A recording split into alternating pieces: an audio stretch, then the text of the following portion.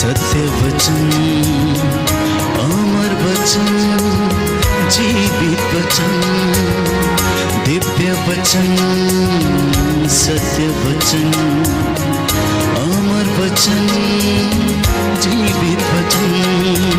साई दा बामा बनी दा बामा बगरे सा निरे सा निरे सा निरे सा निरे सा। दिव्य वचन, सत्य वचन, अमर वचन, जीवित वचन, दिव्य वचन, दिव्य वचन।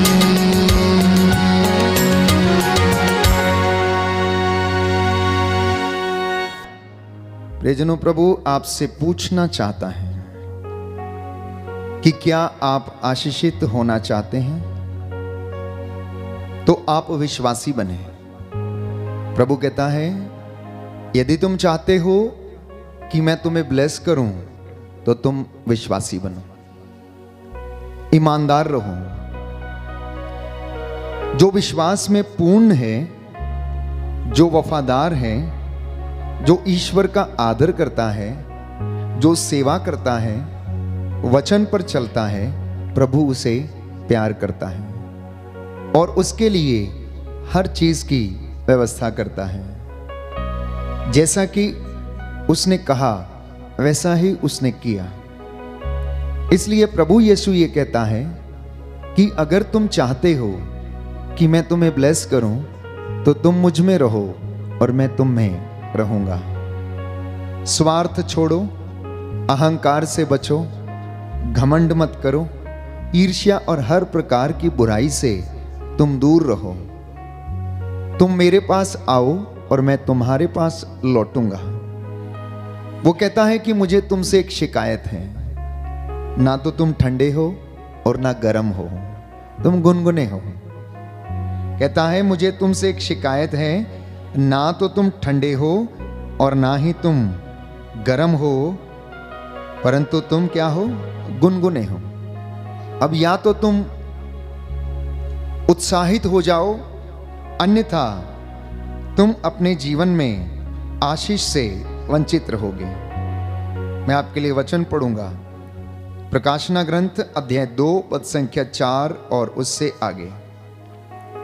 प्रभु कहता है कि मुझे तुमसे शिकायत यह है कि तुमने अपना पहला वाला धर्मोत्साह छोड़ दिया है। तुमने अपना पहला वाला धर्मोत्साह छोड़ दिया है। इस पर विचार करो कि तुम कितने ऊंचे स्थान से गिर गए हो। कई बार जब लोग नए नए विश्वासी बनते हैं तो उनमें बड़ा उत्साह रहता है सेवा करने का। प्रभु ने दर्शन दिया तो कुछ दिन तक वो दर्शन उनके जीवन में आशीषित उन्हें करता रहता है और बड़ा उत्साह रहता है। रोज चर्च जाना, रोजरी पढ़ना, रोज शाम को घर में प्रार्थना करना। लेकिन वहीं कुछ ऐसी दुर्घटना या कोई समस्या आ जाती है तो प्रभु कहता है तुम अपना पहले वाला धर्मोत्साह जो है वो छोड़ देते हो, इसलिए मुझे तुमसे शिकायत है।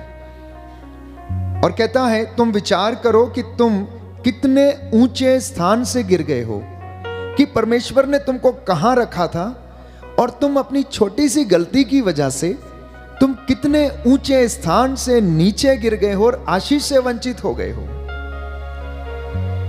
कहता है पश्चाताप करो और पहले जैसा आचरण करो, नहीं तो मैं तुम्हारे पास आकर तुम्हारा दीपाधार उसके स्थान पर से हटा दूंगा। Hallelujah, hallelujah. हे प्रभु यीशु, हे प्रभु यीशु, मैं सच्चे हृदय से प्रायश्चित करता हूँ आपके वचन के द्वारा, हे प्रभु यीशु, मेरे परिवार में शांति आ जाए, चंगाई आ जाए।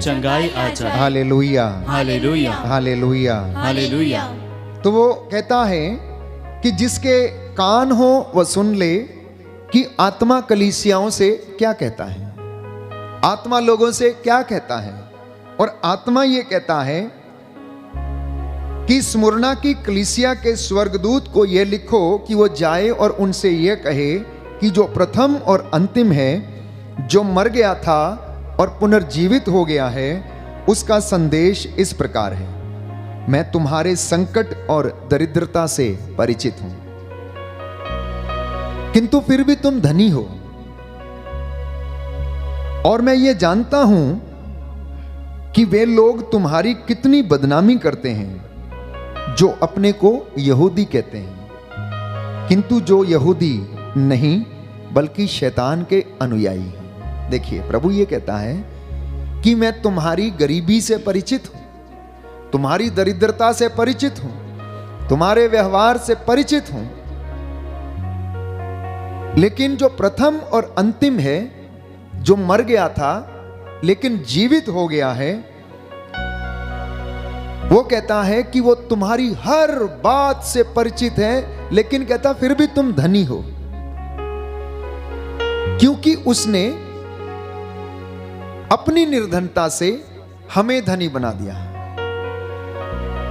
वो निर्धन बन गया ताकि मैं और आप धनी बन जाएं। इसलिए कहता है कि मैं जानता हूं कि लोग तुम्हारी कितनी बदनामी करते हैं। जो अपने आप को यहूदी कहते हैं, अर्थात अपने आप को ईश्वर का अनुयायी कहते हैं, अपने आप को परमेश्वर का शागिर्द बोलते हैं, भक्त बोलते हैं, लेकिन वो है नहीं, क्योंकि उनके कामों में ऐसी कोई बात नहीं है जो प्रभु की शागिर्दी और भक्ति वाली हो। तो कहता है मैं जानता हूं कि वो तुम्हारी बदनामी करते हैं, किंतु जो यहूदी नहीं है बल्कि शैतान के अनुयायी हैं। और शैतान के अनुयायियों की परिभाषा संत योहन अपने पहले पत्र में क्या देता है कि जो गलत कार्य करता है, शैतानी काम करता है, वो शैतान की संतान है। शैतान की संतान और ईश्वर की संतान में फर्क ये है, प्यारे भाइयों और बहनों, जो प्रभु की संहिता पर चलता आत्मा के द्वारा जो संचालित है वो ईश्वर की संतान है, लेकिन जो सांसारिक चीजों से, वस्तुओं से संचालित है, वो शैतानी कामों को करता है और उसका अनुयायी बन जाता है। Hallelujah, hallelujah. तो प्रभु ये कह रहा है कि तुम्हें जो कष्ट भोगना है उससे मत डरो। कष्ट तो जीवन का साथी है। तुम्हें जो कष्ट भोगना है, अगले वचन में लिखा है, उससे मत डरो। शैतान तुम्हारी परीक्षा लेने के लिए तुम लोगों में से कुछ को कैद में डाल देगा और तुम लोग 10 दिनों तक संकट में पड़े रहोगे। तुम मृत्यु तक ईमानदार बने रहो और मैं तुम्हें जीवन का मुकुट प्रदान करूंगा। बोलो आमीन, आमीन, हालेलुया, हालेलुया। हे प्रभु यीशु, हे प्रभु मैं यीशु, विश्वास करता हूँ मैं विश्वास करता हूँ आप मुझे जीवन का मुकुट जीवन का मुकुट प्रदान करेंगे। प्रदान करेंगे। हे प्रभु यीशु, हे प्रभु यीशु, आपके वचन के द्वारा आपके वचन के द्वारा मेरे परिवार में, मेरे परिवार में, मेरे जीवन में शांति आ जाए, शांति आ जाए, चंगाई आ जाए, चंगाई आ जाए। Hallelujah, hallelujah, hallelujah, hallelujah. तो प्रकाशित वाक्य में 7 कलीसियाओं को क्या करता है? वचन संबोधित करता है। संत योहन ने यह विजन देखा और उसको प्रकाशित ग्रंथ के रूप में हमें दिया। तो थुआतिरा की कलीसिया को लिखता है कि थुआतिरा की कलीसिया के स्वर्गदूत को यह लिखो, मतलब हर एक कलीसिया के लिए एक स्वर्गदूत निर्धारित है कि इन लोगों से यह कहो, जिसकी आंखें अग्नि की तरह धधकती हैं, जिसके पैर भट्टी में तपाए हुए कांसे की तरह चमकते हैं, उस ईश्वर के पुत्र का संदेश इस प्रकार है, मैं तुम्हारे आचरण, तुम्हारे भ्रातृ प्रेम, तुम्हारे विश्वास, तुम्हारी धर्म सेवा और तुम्हारे धैर्य से परिचित हूं। मैं जानता हूं कि तुमने इधर पहले से भी अधिक परिश्रम किया है, किंतु मुझे तुमसे यह शिकायत है कि उस स्त्री इजाबेल को तुम अपने बीच में रहने दे रही हो। वह अपने को नबिया कहती है और अपनी शिक्षा के द्वारा मेरे सेवकों को व्यभिचार करने और देवताओं को अर्पित मांस खाने के लिए बहकाती है। मैंने उसे पश्चाताप करने का समय दिया, किंतु वह अपने व्यभिचार के लिए पश्चाताप करना नहीं चाहती। देखो, मैं उसे रोगशैया पर पटक दूंगा और यदि उसके साथ व्यभिचार करने वाले उसके कर्मों से विमुख नहीं होंगे तो मैं उन पर भी घोर विपत्ति ढाऊंगा।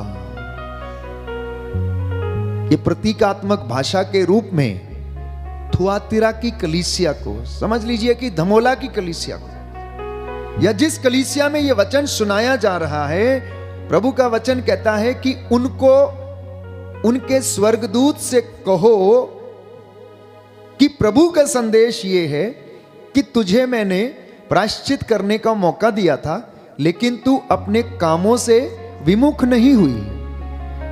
तूने मेरे दासों को व्यभिचार करने के लिए उकसाया। देख, अब मैं तुझे रोगशैया पर पटक दूंगा। अब मैं तुझे रोगशैया पर पटक दूंगा। लेकिन जिन लोगों ने उसके साथ उसके कर्मों से विमुख नहीं होंगे तो मैं उन पर घोर विपत्ति ढाऊंगा। वे लोग जो उसके साथ व्यभिचार करते थे, अगर वो अपने कामों से विमुख नहीं होंगे, तौबा नहीं करेंगे, तो प्रभु कहता है मैं उन पर भी घोर विपत्ति ढाऊंगा। मैं उसकी संतति को मार डालूंगा और सब कलीसियां ये जान जाएंगी कि मैं वो हूं जो हृदयों की थाह लेता हूं और मैं हरेक को उसके कर्मों का फल दूंगा। थुआतिरा के जो लोग इस शिक्षा को नहीं मानते और शैतान के तथाकथित गहरे भेद जानते, उन सबों से मैं यह कहता हूं कि मैं तुम लोगों पर कोई नया बोझ नहीं डालूंगा। जो शिक्षा तुम्हारे पास है, मेरे आने तक उसमें दृढ़ बने रहो। यह आज का वचन है। प्रभु कहता है कि मेरे आने तक जो शिक्षा तुम्हें सुनाई जा रही है, तुम उसमें दृढ़ बने रहो। शैतान के भेदों को, कामों को जानने का प्रयास मत करो।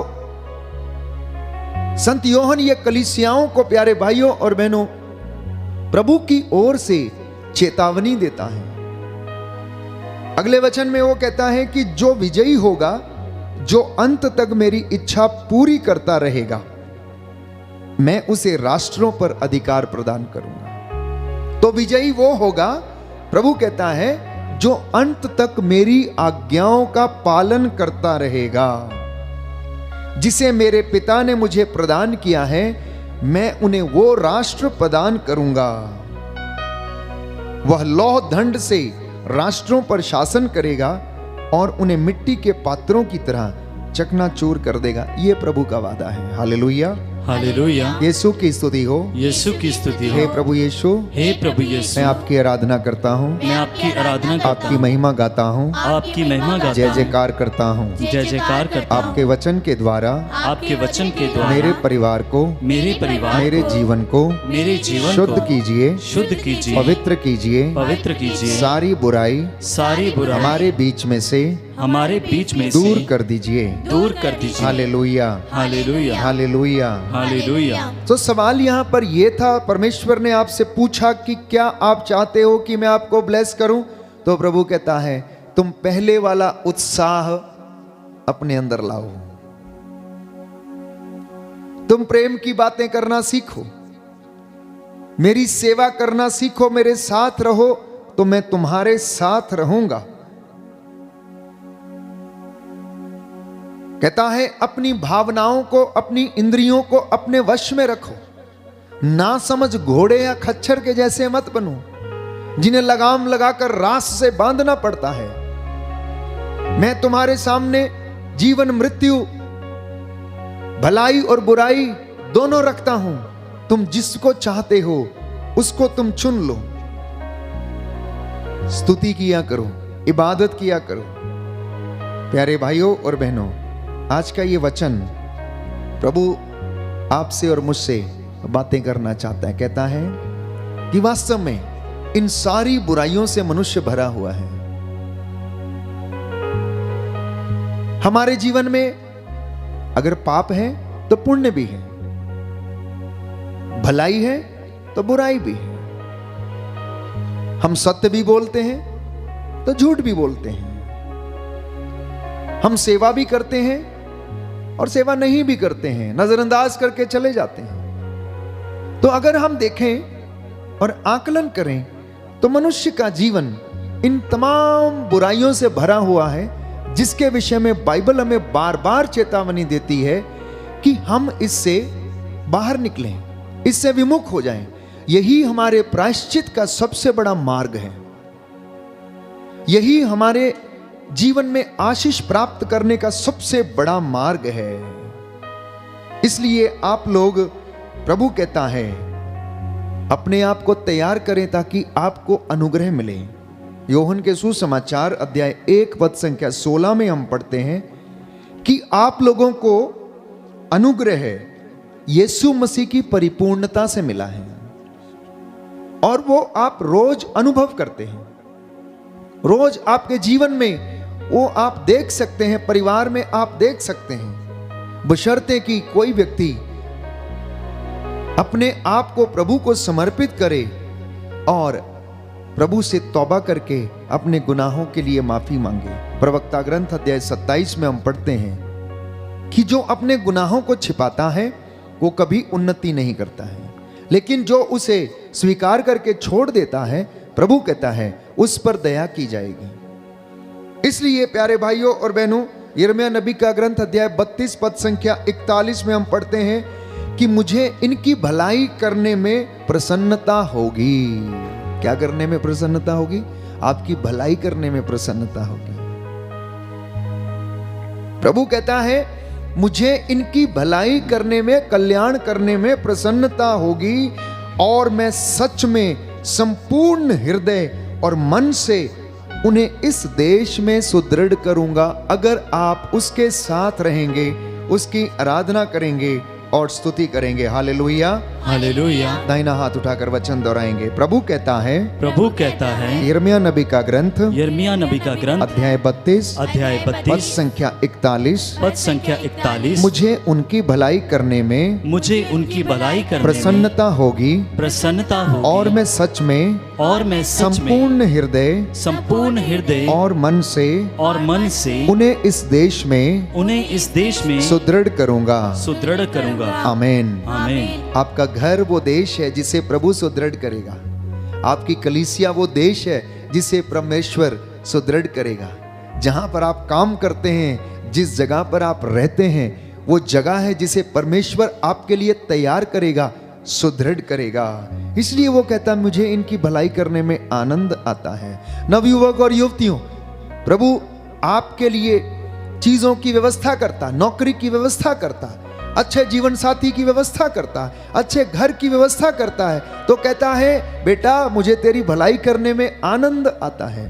इसलिए कई लोगों को उसने असमय ही इतना महान बना दिया, इतना बड़ा बना दिया कि वो अपने जीवन में आश्चर्यचकित होते हैं कि ये कैसे हो गया। छोटी सी उम्र में प्यारे भाइयों और बहनों, परमेश्वर आपके जीवन में वो काम कर डालता है और वो आपको ऊंचा ओहदा प्रदान करता है। लेकिन अगर कोई उस ओहदे से नीचे गिरता है तो सवाल प्रभु हमसे करता है कि तुम याद करो कि तुम कितने ऊंचे स्थान से नीचे गिर गए हो। मैंने तो तुम्हें यहां पर रखा था, लेकिन तुम अपनी गलतियों की वजह से नीचे गिर गए। क्यों? क्योंकि तुमने पहले वाला धर्मोत्साह छोड़ दिया है। तुम ना तो ठंडे हो ना गर्म हो, दोनों में से कुछ एक काम तुम कर लो। इसलिए स्तोत्रकार कहता है कि प्रभु अपने भक्तों के प्रति दयालु है। Hallelujah, hallelujah, hallelujah, hallelujah. तो परमेश्वर आपको आशीष देता है, आपको ब्लेस करता है। एजेकियल नबी के ग्रंथ अध्याय 34 पद संख्या 26 में हम पढ़ते हैं, He blesses you every day. Why? So that you can become blessing to others. आप लोगों को जो आशीष दी गई है, लगभग रोजाना सेम लोग यहां पर आते हैं, कुछ नए लोग आते हैं, पहली बार आते हैं, तो परमेश्वर आपको ब्लेस करता है ताकि आप दूसरों के लिए आशीष का कारण बन जाएं। वो आपके द्वारा महिमा के काम करना चाहता है। आप जो इस वक्त यहां पर बैठे हैं प्रभु की हुजूरी में, आप इतनी सारी आशीष लेकर अपने घर में पहुंच रहे हैं और परमेश्वर आपको ब्लेस कर रहा है। Hallelujah, hallelujah, hallelujah. हालेलुया। हे प्रभु यीशु, हे प्रभु यीशु, आपके वचन के द्वारा आपके वचन के द्वारा मेरे जीवन में मेरे जीवन में उत्साह आ जाए। उत्साह आ जाए। Hallelujah, hallelujah, hallelujah, hallelujah, hallelujah. Hallelujah. तो याद रखिएगा, परमेश्वर ने आज आपको ब्लेस किया और इसलिए ब्लेस किया कि ये आशीष आपके साथ चलकर आपके घर में पहुंचे, आपके भाई बहनों तक पहुंचे, आपके माता पिता तक पहुंचे। जो वचन सुन रहे हैं उनके द्वारा ये आशीष बहुत लोगों तक पहुंचे, क्योंकि God's blessing can be passed on to others. ईश्वर की आशीष हम क्या कर सकते हैं? दूसरों को प्रदान कर सकते हैं। और इसके विषय में वचन हमसे बताता है, उत्पत्ति ग्रंथ अध्याय 25 पद संख्या 11 में हम पढ़ते हैं कि इब्राहिम के बाद इसहाक को ईश्वर ने ब्लेस किया। जो प्रतिज्ञा उसने इब्राहिम से की थी वही आशीष उसने इसहाक को दी। इतना ही नहीं, जब याकूब आशीष प्राप्त करने के लिए फरिश्ते से लड़ रहा था तो सुबह होती गई और भोर हो गया। उसने कहा मुझे जाने दो। उसने कहा नहीं, ऐसे जाने नहीं दूंगा मैं। जब तक तू मुझे ब्लेस नहीं करेगा, जब तक तू मुझे आशीष नहीं देगा, तब तक मैं नहीं जाऊंगा। प्यारे भाइयों और बहनों, उसने कहा ठीक है जा। तेरा नाम क्या है? उसने कहा याकूब। याकूब, आज से तेरा नाम याकूब नहीं इज़राइल होगा। और वो पहली दफा था जब परमेश्वर ने याकूब को इज़राइल नाम दिया। इज़राइल को वो ब्लेसिंग दी, इज़राइल को वो कृपा मिली जो आज तक प्यारे भाइयों और बहनों बनी हुई है। इज़राइल छोटा सा देश, चारों तरफ से दुश्मनों से घिरा हुआ, लेकिन वो ब्लेसिंग आज भी उसके ऊपर काम करती आ रही है, क्योंकि परमेश्वर ने याकूब से कहा आज से तू याकूब नहीं, आज से तू इज़राइल कहलाएगा। और प्यारे भाई और बहनों, याकूब ने वो आशीष को छीन लिया। ब्लेसिंग को छीनना पड़ता है, उसके लिए मेहनत करनी पड़ती है, उसके लिए पसीना बहाना पड़ता है, उसके लिए परहेज करना पड़ता है, उसके लिए त्याग करना पड़ता, प्रभु की संगति में रहना पड़ता। आशीष यूं ही नहीं आती, अनॉइंटिंग यूं ही नहीं आती, आ जाती है लेकिन उसको बना के रखना बहुत मुश्किल है। आ तो जाती है लेकिन रुक नहीं पाती है, उसको रोक कर रखना, बनाए रखना बहुत जरूरी है।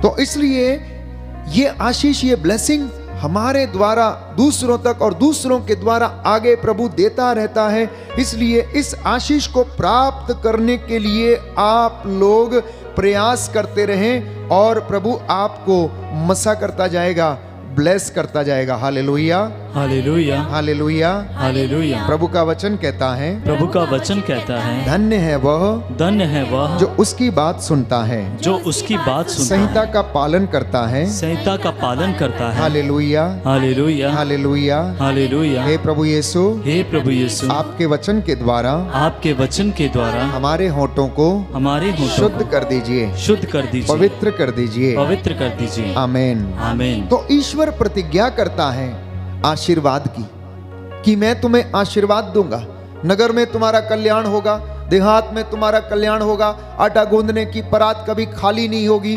और ये वचन उसने पूरे किए।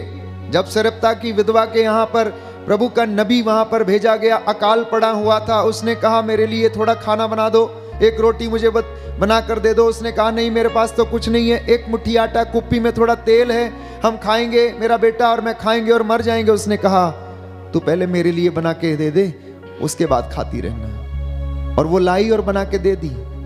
उसने मेहनत किया, उसने अपना शेयर जाकर प्रभु के दास को दिया और प्रभु ने अपने दास की वाणी को सच प्रमाणित किया।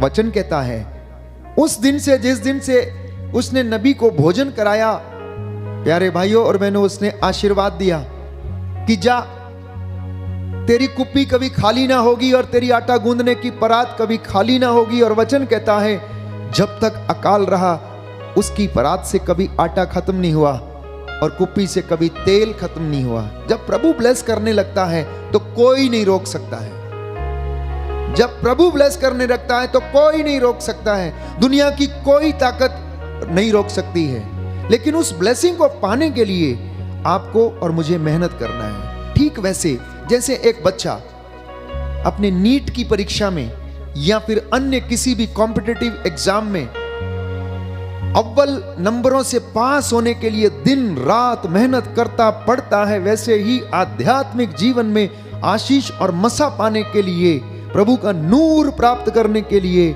मुझे और आपको सुबह दोपहर शाम भोर में उठ के प्रार्थना करने की आवश्यकता है। तो प्रभु आपको ब्लेस करता है अगर आप उसके साथ रहकर काम करते हैं और जैसा वो कहता है उसकी बातों को आप मानते हैं। प्रकाशना ग्रंथ अध्याय 22 पद संख्या 11 से 12 में हम पढ़ते हैं, उसने कहा कि आप इस पुस्तक की वाणी को गुप्त ना रखें क्योंकि समय निकट है।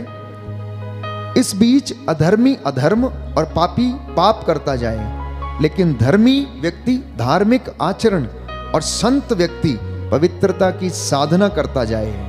क्योंकि देखो मैं शीघ्र ही आ रहा हूं, मेरा पुरस्कार मेरे पास में है और मैं प्रत्येक व्यक्ति को उसके कर्मों का फल दूंगा। मैं प्रत्येक व्यक्ति को उसके कर्मों का फल दूंगा। तो आप ये अच्छी तरह से जान लें कि हर व्यक्ति अपने कर्मों का फल भोगता है। बाइबल इसके विषय में स्पष्ट करती है।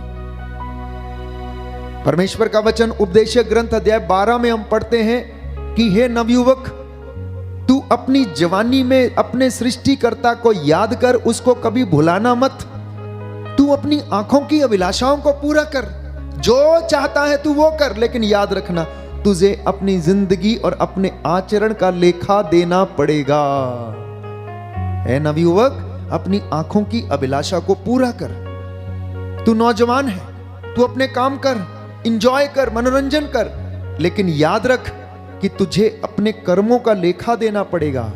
इसलिए तू अपने सृष्टिकर्ता को कभी मत भुलाना, अपने सृष्टिकर्ता को कभी मत भुलाना। प्यारे भाइयों और बहनों, आज का ये दिन आपके परिवारों के लिए आशीष का कारण बन जाए।